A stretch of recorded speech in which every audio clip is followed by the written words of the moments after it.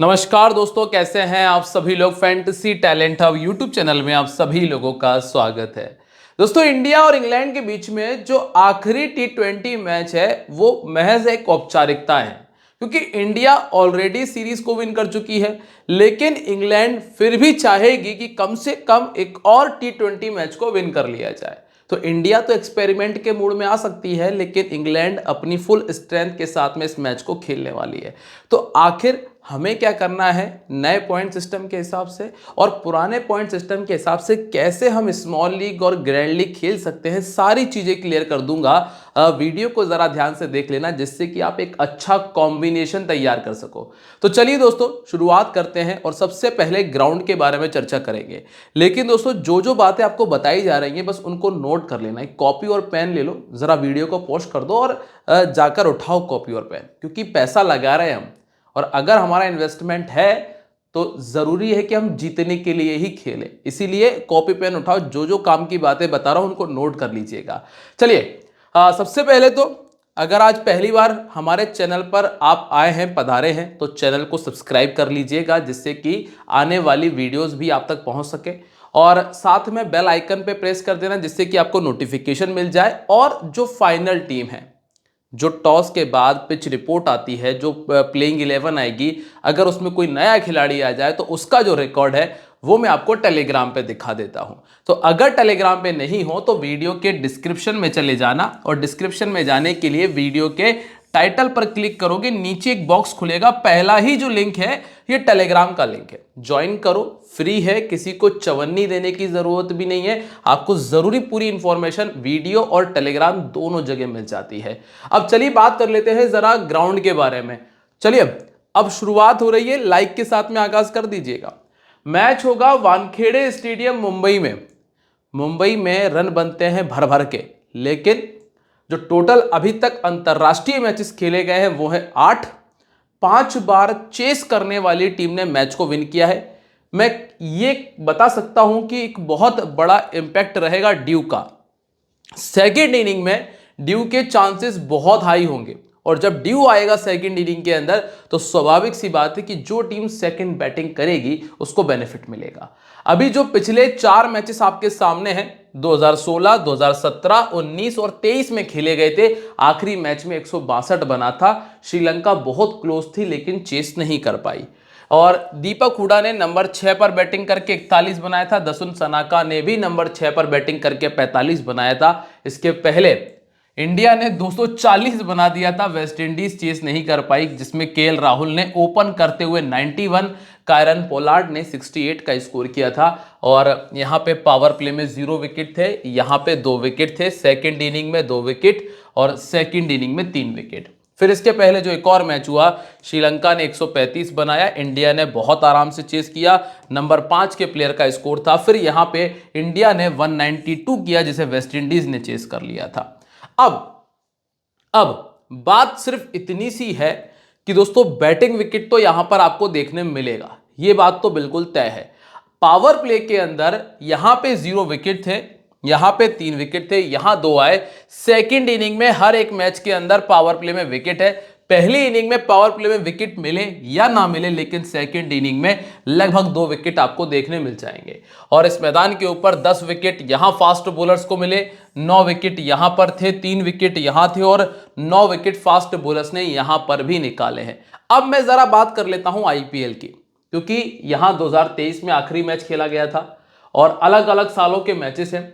अब जो पिछले साल पहला, दूसरा और तीसरा जो मैच खेला गया था, उसमें हुआ यह था कि 234, 200 और 125 का स्कोर आया था। तो कुल मिलाकर बैटिंग विकेट तो है।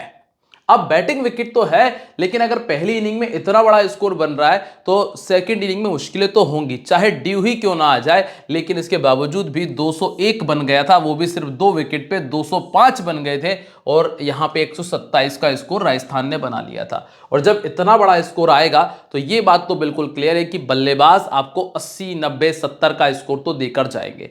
जब बल्लेबाज इतना बड़ा स्कोर करके देगा तो स्वाभाविक सी बात है कि कैप्टन वाइस कैप्टनसी की जो चॉइस है वो बल्लेबाज आपको बनते हुए नजर आएंगे, जैसे कि मयंक अग्रवाल का 83, कैमरून ग्रीन का 100, ट्रस्टिन स्टब्स का 71, यहां पे जरूर शर्मा जी ने 49 किया था और यहां पे रेयान पराग का 54 रन। पावर प्ले के अंदर मैंने आपको क्या बताया कि पहली इनिंग में विकेट हो या ना हो, लेकिन सेकंड इनिंग में विकेट है तो मतलब है। सेकंड इनिंग में विकेट देखने आपको मिल जाएगा और फास्ट बॉलर्स का रोल यहां पे सबसे ज्यादा तगड़ा है। फास्ट बॉलर्स ने ज्यादा विकेट निकाले हैं और सेकंड इनिंग में स्पिनर को विकेट नहीं मिल पाए। कारण है कि सेकंड इनिंग में ड्यू की वजह से बॉल ग्रिप करना मुश्किल हुआ है और यहां पर सिर्फ एक विकेट आया था। अगर किसी बल्लेबाज की कमजोरी है, जैसे कि हैरी ब्रूक की हम बात कर रहे थे कि हैरी ब्रूक को नहीं समझ में आती है कि स्पिन कैसे खेली जाए, वरुण चक्रवर्ती सामने आते हैं, विकेट दे जाते हैं, 3 बार ऑलरेडी आउट हो चुके हैं। तो ऐसी अगर समस्या है तो उसका कुछ नहीं किया जा सकता, उसका कोई निदान नहीं है। लेकिन हाँ, सेकेंड इनिंग में स्पिनर्स को विकेट मिलने में मुश्किलें आएंगी, ये चीज तो क्लियर है अगर ड्यू आता है तो। पिछले मैच में ड्यू थोड़ा सा लेट आया था, बाद में स्पिनर को विकेट मिलना बंद हुए, स्टार्टिंग में विकेट आए थे स्पिनर्स को भी। अब दोनों टीमों के हेड टू हेड मैचेस की बात कर लेते हैं। उम्मीद कर रहा हूं कि ग्राउंड समझ में आया होगा।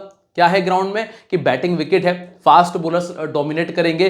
पहली इनिंग में पावर प्ले में विकेट जाने के चांसेस कम है, सेकंड इनिंग में पावर प्ले में थोड़े ज्यादा विकेट देख लोगे और लगभग 60 रन, लगभग 50 से 60 रन आपको पावर प्ले में देखने मिलेगा, जिसकी वजह से जब आप ट्रेडिंग करने जाओगे ना तो वहां पे ये चीज कर सकते हो। अब दोनों टीमों ने जो पिछला मैच खेला था जिसमें शिवम दुबे का 53 आया था, हार्दिक पांड्या का था, हर्षित राणा के 3 विकेट है। अच्छा, हर्षित राणा वाला मामला तो बड़ा कमाल का रहा था, मतलब शिवम दुबे के स्थान पे हर्षित राणा की जगह दोस्तों ये बनती तो नहीं थी कायदे से।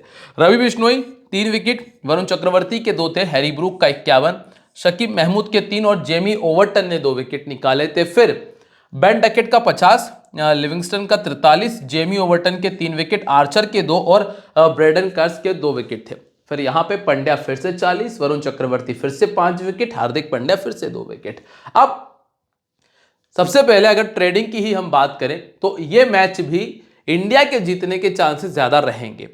लेकिन आप यहां पे थोड़ा ये देख लेना कि बैटिंग विकेट है तो जो टीम पहले बैटिंग कर रही है अगर वो 200 बना देती है तो मुश्किलें पड़ेंगी, तो मैं पहली बैटिंग की तरफ जाना चाहूंगा। वैसे यहां पे सेकंड बैटिंग करने वाली टीम को ज्यादा आसान है, लेकिन बैटिंग इतना विकेट है कि 200 बहुत आराम से बन जाता है। तो यहां लेकिन हम फिर भी अभी तो खैर इंडिया को ही सपोर्ट कर रहे हैं, यस करके चलेंगे। इंडिया के लिए लगभग 120 क्वांटिटी अगर लेते हो तो 600 की पड़ेंगे और 1200 रुपए आप निकाल सकते हो। तो पहले बैटिंग करने वाली टीम क्या 200 रन बना सकती है, बहुत ईजी है, आराम से बन जाएंगे।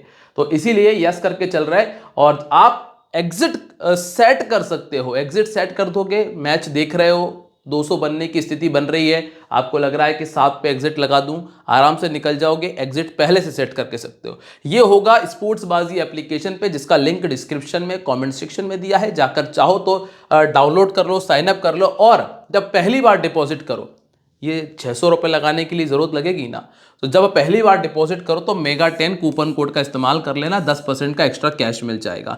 इसके लिए आपको लिंक जो डिस्क्रिप्शन में दी है उससे डाउनलोड करना पड़ेगा। अब इंडिया की हम बात कर रहे हैं, इंडिया के पास में एक पॉसिबल चेंज है कि अब शिवम दुबे जो कि पिछले मैच में इंजर्ड हुए थे, हो सकता है कि अब इस मैच में रेस्ट देके हर्षित राणा को ही खिला लिया जाए और हर्षित राणा अगर नहीं आते हैं तो रमनदीप सिंह की एंट्री बन सकती है।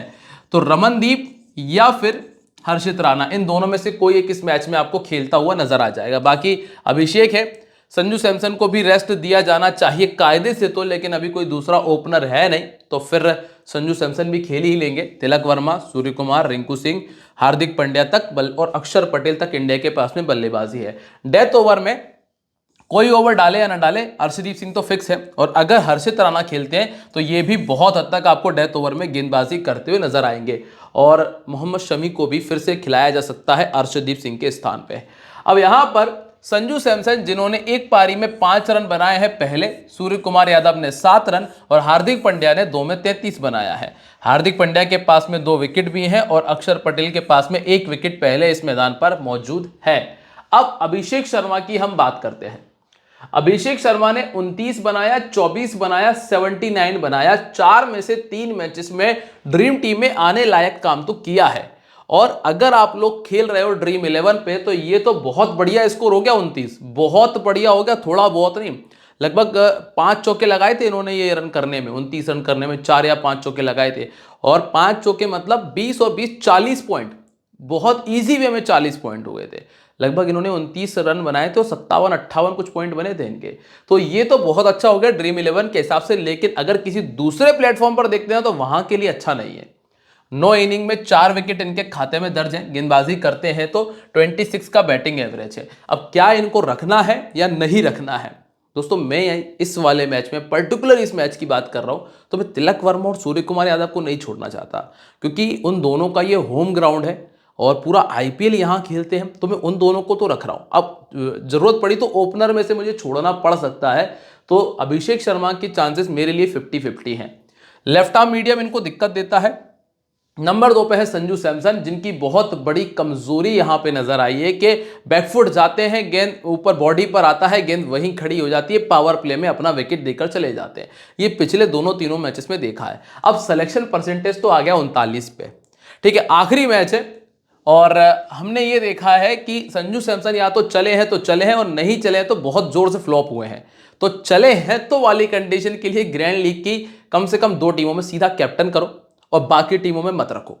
सिर्फ 2 टीमों में रखो, सीधा कैप्टन करो, वाइस कैप्टन चेंज कर लेना, बाकी टीमों में मत रखना। चलेंगे तो एक तरफा चलेंगे, 80-90 वाला स्कोर आएगा और नहीं तो फिर कोई काम के नहीं है। 250 3 बार 100 से ऊपर का स्कोर है और तीनों बार राइट आर्म फास्ट बॉलिंग ने आउट किया है। दिक्कत आ रही है, बॉडी पर बॉल आती है, बैकफुट जाते हैं, नहीं खेल पा रहे हैं। जोफ्रा आर्चर ऑलरेडी 17 गेंदों में 3 बार आउट कर चुके हैं और जबकि पिछले मैच में तो शाकिब महमूद की गेंदें भी नहीं खेल पाई, जो कि 135 140 तो नहीं 135 डाल रहे थे। अब नंबर 3 पर है तिलक वर्मा। तिलक वर्मा का ये है होम ग्राउंड और मैं होम ग्राउंड के प्लेयर को लेके चलूंगा। इंग्लैंड के सामने 3 मैच खेले हैं, 109 रन बनाए हैं और T20Is में 54 का बैटिंग एवरेज है। दोनों इनिंग्स में बहुत कमाल का रिकॉर्ड है, बहुत कम लोगों ने टीम में शामिल किया हुआ है पिछले 2 मैचेस के फ्लॉप के बाद में, और मैं सूर्या और तिलक को नहीं छोड़ रहा हूं, इतना ध्यान रख लीजिएगा। और बाकी आप लोगों की मर्जी है।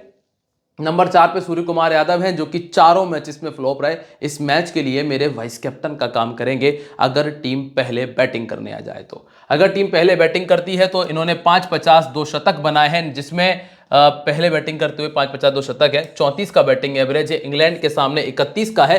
राइट आर्म जो फास्ट बॉलर है उनके सामने परेशान हुए हैं, 78 गेंदों में 8 बार आउट हो चुके हैं। जोफ्रा आर्चर 2 बार आउट कर चुके हैं, इसके अलावा आदिल रशीद इनको 2 बार आउट कर चुके हैं, पर मेरी टीम के ये इस मैच के वाइस कैप्टन हैं। नंबर 4 पर आ जाते हैं, जहां पे रिंकू सिंह आपको 5 पे रिंकू सिंह नजर आएंगे। दोस्तों एक बात मैं आपको बता दूं, जब आप ग्रैंड लीग का कॉम्बिनेशन तैयार करते हो या फिर आप ग्रैंड लीग का फर्स्ट रैंक का प्लेयर देखोगे, आप सोचोगे रिंकू सिंह को ये किस हिसाब से इसने टीम में रखा और ऊपर के एक भी प्लेयर नहीं रखे हैं। तो मैं एक और बात आपको समझा दूं कि जब आप रिंकू सिंह की बैटिंग की उम्मीद करोगे ना, तो आपको टॉप ऑर्डर छोड़ना ही पड़ेगा। टॉप ऑर्डर के कम से कम आपको 3 प्लेयर छोड़ने पड़ेंगे, तब जाकर आप रिंकू सिंह की बैटिंग की उम्मीद कर सकते हो 40 से 50 के लिए। तो रिंकू सिंह जिन्होंने पिछले मैच में 30 रन का स्कोर किया था, और अगर आप ऊपर से 3 खिलाड़ी छोड़ रहे हो तो रिंकू सिंह को रखिएगा, लेकिन अगर आपने 3 खिलाड़ी रख लिए हैं तो फिर रिंकू सिंह की जगह मुश्किल है बन पाए, क्योंकि फिर हार्दिक पांड्या भी प्रमोट हो जाएंगे। 3 बार 50 से ऊपर का स्कोर है। पहले बैटिंग करते हुए तीनों 50 बनाए हैं। राइट आर्म फास्ट बॉलिंग के सामने इनको दिक्कत आ जाती है। 54 गेंदों में 5 बार आउट हो चुके हैं और बड़े कमाल की बात है कि पिछले मैच में भी राइट आर्म फास्ट बॉलिंग ने ही आउट किया था। इसके बाद अगला नाम है शिवम दुबे का। पॉसिबल है कि शायद नहीं खेलेंगे, क्योंकि इंजर्ड हुए थे लास्ट मैच के अंदर, कंकशन सबके तौर पे इनके स्थान पे हर्षित राणा को एंट्री मिली थी। 31 का बैटिंग एवरेज है, 50 इन्होंने बनाया है, टोटल 450 इनके खाते में हो गए हैं। पहले बैटिंग करते हुए 250 है, सेकंड बैटिंग करते हुए भी 250 है। गेंदबाजी तो खैर ना के बराबर ही है, लेग स्पिन इनको बहुत दिक्कत देती है, आदिल रशीद इनको परेशान कर सकते हैं। इसके बाद हार्दिक पांड्या बेस्ट ऑप्शन है कैप्टनसी के लिए, लेकिन एक चीज थोड़ा सा नोट कर लेना कि अगर इंडिया 2 या 3 फास्ट बॉलर के साथ में आ जाए, मान लीजिए कि अर्शदीप सिंह आ जाए, शामी भी आ जाए और राणा भी रहे, तो फिर इनके ओवर थोड़े से कम हो जाएंगे। फिर ध्यान रखना, हो सकता है कि इनको ओवर ना भी मिले। तो इसीलिए ये ज़रूरी है कि टॉस के बाद प्लेइंग 11 के लिए टेलीग्राम पे एक्टिव रहना। खिलाड़ी कैप्टनसी की बहुत अच्छी चॉइस है, लेकिन गेंदबाजी मिल सकती है या नहीं मिल सकती है ये हम तय करेंगे टॉस के बाद। तो टेलीग्राम पे क्लियर कर दूंगा। और दोस्तों जो जो चीज़ें समझ में आती जाएं बस उनको ध्यान में रखना और वीडियो को लाइक करते चलना। अब यहाँ पे देखना, जेमी ओवर्टन 3 बार आउट कर चुके हैं। पहले गेंदबाजी करते हुए इन्होंने 15 विकेट निकाले हैं, सेकंड करते हुए 17 है। पिछले मैच में हर्षित राणा के आ जाने की वजह से सिर्फ एक ही ओवर डालने का मौका मिला था। फिर आते हैं इसके बाद अक्षर पटेल पे। अक्षर पटेल 1 विकेट निकाल रहे हैं और 1 विकेट के लिए तो हम इनको नहीं रख पाएंगे, खासतौर से ड्रीम 11 में तो बिल्कुल नहीं रख पाएंगे। हाँ, दूसरी किसी एप्लीकेशन पर 1 विकेट के लिए रखा जा सकता है। पहले गेंदबाजी करते हुए 17 विकेट से, सेकंड गेंदबाजी करते हुए 20 विकेट निकाले हैं और इस मैदान पर स्पिनर का रोल वैसे भी उतना ज्यादा नहीं है। इसके बाद है अर्शदीप सिंह, 42 इनिंग 66 विकेट खाते में है। पहली इनिंग में 18 में 28 है, सेकंड में 24 में 38 है। इंडिया के हाईएस्ट विकेट टेकर है T20 क्रिकेट में, मतलब कमाल की गेंदबाजी कर रहे हैं। तो ये खिलाड़ी लेने लायक है, मतलब विकेट लेस नहीं जाएगा, इसके चांसेस कम ही है। इसके बाद है वरुण चक्रवर्ती।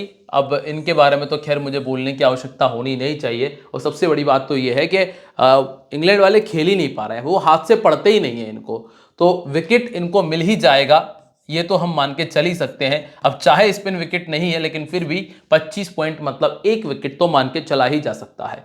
इसके बाद रवि बिश्नोई, इनको ज्यादा विकेट मिल गए पिछले मैच में, ये इन्होंने तीनों मैचेस का कोटा पूरा कर दिया है। सिलेक्शन परसेंटेज थोड़ा सा बढ़ जरूर गया, लेकिन मैं फिर भी इनको छोड़कर ही चलने वाला हूं।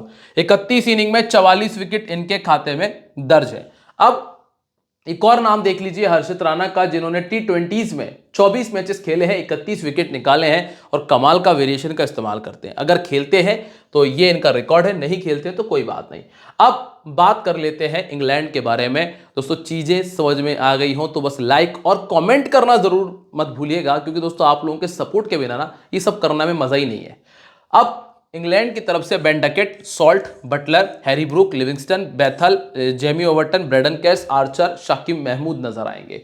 शाकिब महमूद ने पिछले मैच में पावर प्ले में कहर ढाया था, 3 विकेट निकाल दिए थे, बाकी बाद में जरूर फ्लॉप रहा है। जेमी ओवर्टन को डेथ ओवर में विकेट मिल जाते हैं, इसलिए जेमी ओवर्टन डेथ ओवर में गेंदबाजी करते हुए आपको नजर भी आ सकते हैं।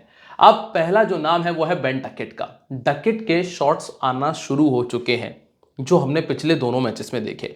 ज्यादा ही तेज खेलने के चक्कर में पिछले मैच में विकेट गंवा दिया। अगर थोड़ा तसल्ली से खेले तो ये आपको और बढ़िया करके दे सकते हैं। खिलाड़ी कमाल का है, नो डाउट आपको स्कोर करके दे सकता है। पहले बैटिंग करते हुए 250 बनाए हैं, ये खिलाड़ी ऑलमोस्ट टीम में फिट बैठ जाएगा। इसके बाद नंबर 2 पे जो नाम है वो है फिल सॉल्ट का। फिल सॉल्ट फंस रहे हैं स्पिन के सामने, स्पिन के सामने अपना विकेट देके जा रहे हैं और इसी वजह से ये उतना बेहतर नहीं कर पाए। पिछले मैच में 23 बनाया था, 2 रन और बना देते तो और बेहतर हो जाता, 25 पे बोनस पॉइंट मिल जाता है।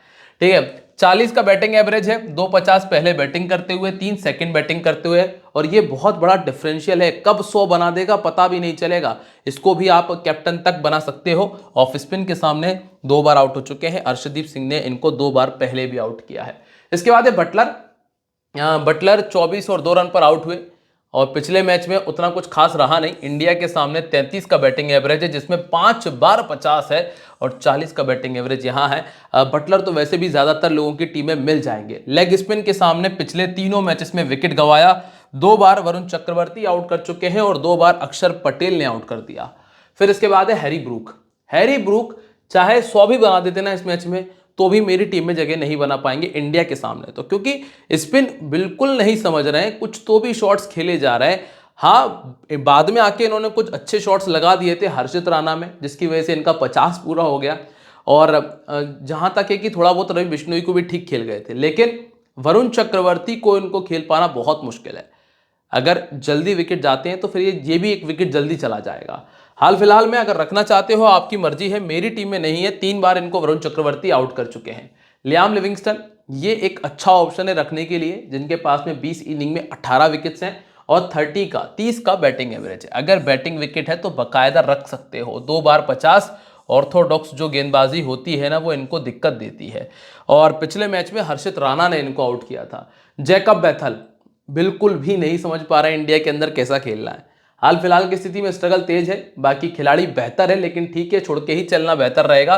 2 इनिंग 13 रन इनके खाते में शामिल है और ये गेंदबाजी कर लेते हैं, पर गेंदबाजी कराई नहीं गई इनसे। इसके बाद अगला नाम है जेमी ओवर्टन का। डेथ ओवर में गेंदबाजी कर रहे हैं और सबसे इंपॉर्टेंट है, प्लस बल्लेबाजी कर लेते हैं, तो इसीलिए जेमी ओवर्टन टीम में शामिल है। 7 इनिंग 10 विकेट इनके खाते में शामिल है और स्पेशली अगर पहले गेंदबाजी कर रहे हैं फिर तो रखने में फायदा भी है। इसके बाद है ब्रेडन कार्स। 7 इनिंग 12 विकेट इनके खाते में है, 57% का सिलेक्शन है। पिछले मैच में सिर्फ 1 ही विकेट इनको मिल पाया था। और जोफ्रा आर्चर लास्ट मैच में गए विकेट लेस। 32 इनिंग 39 विकेट इनके खाते में, पहले गेंदबाजी करते हुए 26 विकेट निकाल चुके हैं। और शाकिब महमूद को जो 3 विकेट मिल तो गए हैं, 48% का लगभग सिलेक्शन परसेंटेज भी पहुंच गया है, लेकिन ये फिर भी मेरी टीम में उतने इंपॉर्टेंट नहीं पिक रहेंगे। 18 इनिंग में 21 विकेट मिले हैं। अब चाहे ये कह लो कि इंडिया ने विकेट फेंक दिए पिछले मैच में, बाकी शाकिब महमूद 3 विकेट वाला प्लेयर तो नहीं है। और इसके बाद है आदिल रशीद, ये 1 विकेट जो इनको मिलता है यही इनका काम भी है। 25 पॉइंट लगभग दिए जाते हैं और जो डॉट बॉल डाल रहे हैं उसका बेनिफिट थोड़ा बहुत आप ले सकते हो। तो अगर डॉट बॉल्स की बात की जाए तो सबसे ज़्यादा डॉट बॉल आपको मिलेंगी वरुण चक्रवर्ती की, और उसके बाद आपको मिल सकती हैं अर्शदीप सिंह की, और मुझे नहीं लगता है कि उसके बाद जोफ्रा आर्चर, ये तीसरा गेंदबाज ऐसा होगा जिसकी डॉट बॉल्स आपको थोड़ी ज़्यादा देखने मिल जाएंगी। बाकी और कोई ऐसा गेंदबाज है नहीं जो ज़्यादा डॉट बॉल डाल सके। अब यहाँ अगर बड़ा कॉन्टेस्ट आप खेलना चाहते हैं तो आपको करना यह है कि स्पोर्ट्सबाजी एप्लीकेशन को डाउनलोड कर लेना है, जहां पे हेड टू हेड में भी आपको 1 लाख का कॉन्टेस्ट, 78,000 का, 60,000 का कॉन्टेस्ट मिल जाता है। और अगर 3 मेंबर जाना चाहते हो तो वहां पर भी आप 1 लाख रुपए तक के कॉन्टेस्ट खेल सकते हैं, जिसका लिंक मैंने डिस्क्रिप्शन में दिया हुआ है। अब यहाँ पे कैप्टन और वाइस कैप्टन अगर देखा जाए तो हार्दिक पांड्या, वरुण चक्रवर्ती और जॉस बटलर सबसे बढ़िया ऑप्शन है। फिर ग्रैंड लीग में सूर्य कुमार यादव, बेन डकेट और फिल सॉल्ट की तरफ मैं जाना पसंद करूंगा। टीम कॉम्बिनेशन क्या कहता है? जॉस बटलर, फिल सॉल्ट एक बार फिर से, Ben Duckett, Tilak Varma, Suryakumar Yadav को नहीं छोड़ना चाहता हूं, Hardik Pandya, Jamie Overton, Brydon Carse, Jofra Archer, Varun Chakravarthy और हर्षित राणा अगर खेलते हैं तो ये टीम में रहेंगे। टॉस के बाद और तय किया जाएगा कि क्या और बेहतर किया जा सकता है, जिसके लिए आपको टेलीग्राम पे ज्वाइन करना होगा, लिंक डिस्क्रिप्शन में दिया है। और एक और चीज, this game may be habit forming और financially risky, so please play responsibly. मिलते रहेंगे आप लोगों से अपनी अगली वीडियो में, तब तक के लिए दोस्तों बाय, जय हिंद, जय महाकाल।